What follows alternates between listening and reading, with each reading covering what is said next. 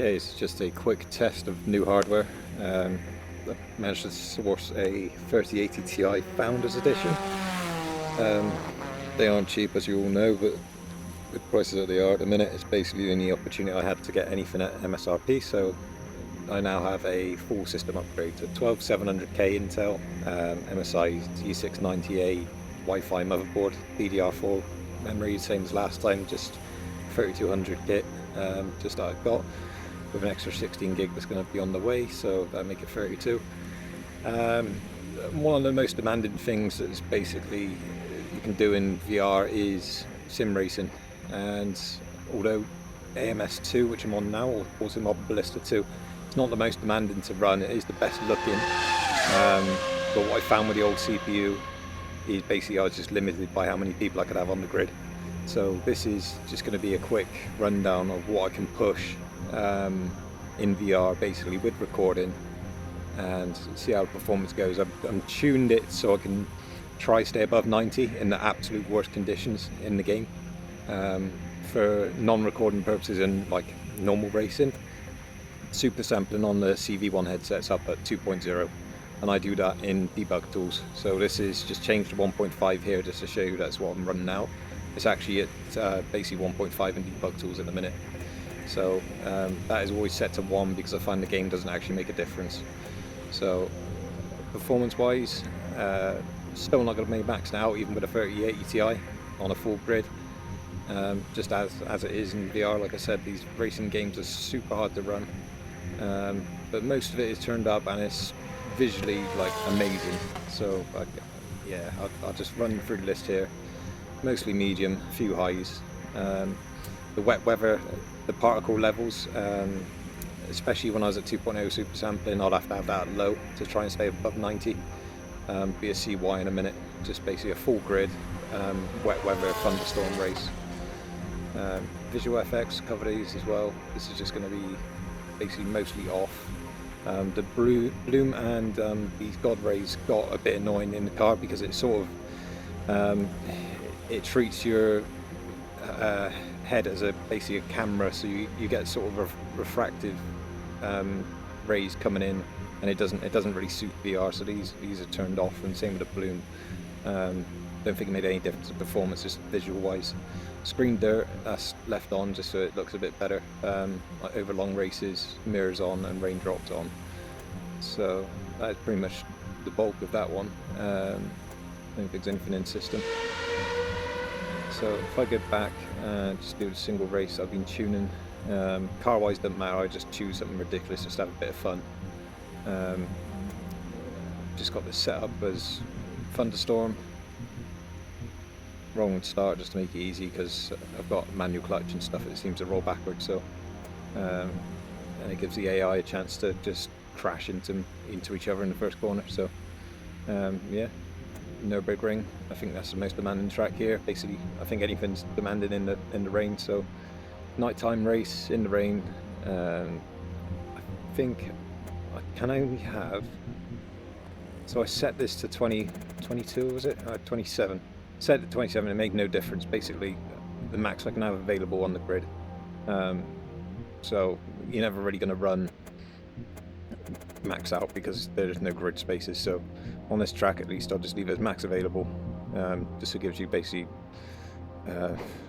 real representation. I'd change it up but it makes no difference, so let's just roll with this.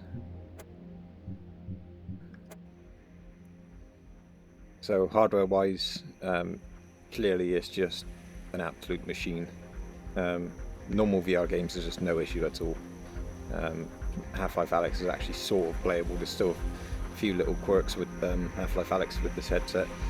And for the record, I'm using the CV1 because Quest 2 screen door is amazing, but it's, like I said, even with the best hardware, the compression just kills it for me. And you'll see in a second, I'll explain why, if you can actually hear me over the game audio. When you've got particle effects, when you're in the dark, when you're looking into a distance, that is all you see is compression. So you can imagine a big old thunderstorm imagine what I see in a second with compression going on, it just looks horrific. It doesn't matter what the resolution is set to, because I can run the Quest 2 max out, but it doesn't matter because it just looks horrific in this conditions. So let's roll this CV1, and I've got the head-up display performance in my headset, so it's locked at 90 at the minute, about 25 milliseconds. Motion to focus on what you can see, so let's go for this.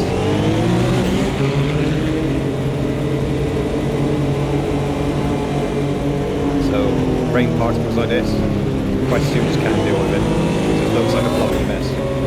There's no depth to the raindrops at all.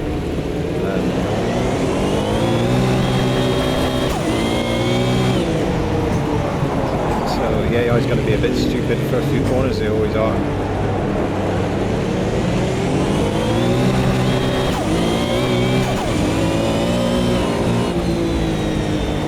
So far, solid 90, about 10% headroom.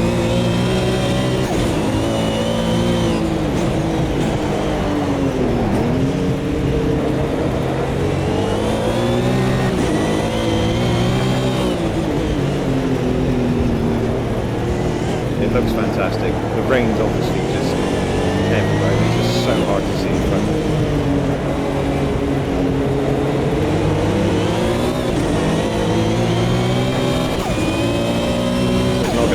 About me trying to put my way in front and win the race. It's just a stress test. As many cars I can in front. Try to keep up if I can. I got the AI bloody opponent set to about 100%, and then the aggression is quite about midway. You might find them actually crashing and fight just by themselves as they battle each other.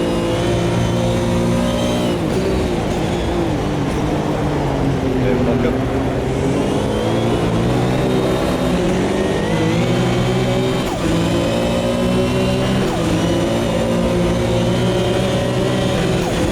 I don't care what anyone says about this game, it is the best sim racing game going.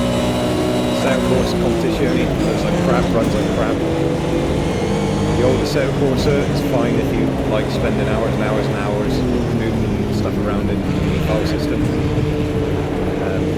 This is just jump in, look amazing, sound amazing, perform amazing. Force feedback itself, using the steering wheel, like Fanatic CSL settings. The force feedback just out of the box is just sublime. It feels amazing.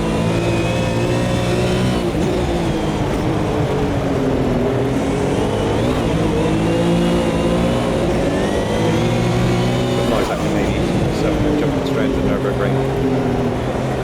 Again, no quick times, just a nice play around with the performance, just check all the way through.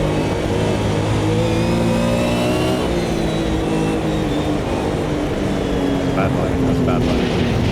I'll accept that.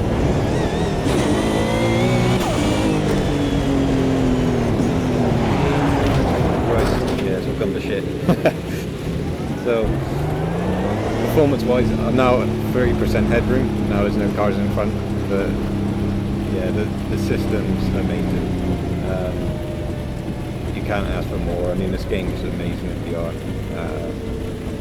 I wouldn't say spending that amount of money is justified just to run games like this, but for racing sims, you sort of need to, especially with VR. This is only a CV1 headset, right? So it's sort of a catch-22. Do you accept the higher res headset? I'll phase out the Quest 2, I'll just focus on like if you were going to go for a G2, HP Reverb G2. To have your you wouldn't be able to render the full resolution of that headset in a game like this without cranking all the settings low again. So you'd have to trade off a bit of fuzziness and blurriness, subsampling, to keep your frame rate up above 90 with respectable settings. So for me, the CV1's still working, it's still going. It's still a headset I can wear for hours on end comfortably.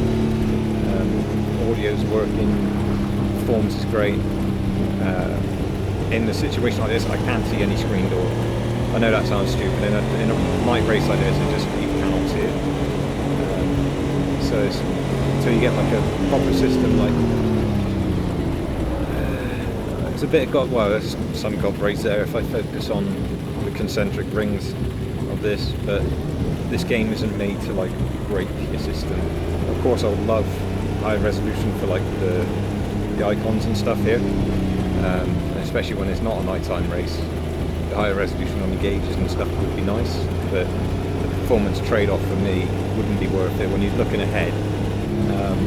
Not particularly interested in what the dial is saying, all the rest of it, but looking ahead, having a performance at a solid 90 is basically what I'm after. So it's excessive hardware just to do that, but that is just the case on these racing sims. Yeah, quick demo of the headset. Probably cut the video short. No point even contemplating the Quest 2 on this one because it's just worst case scenario all round. So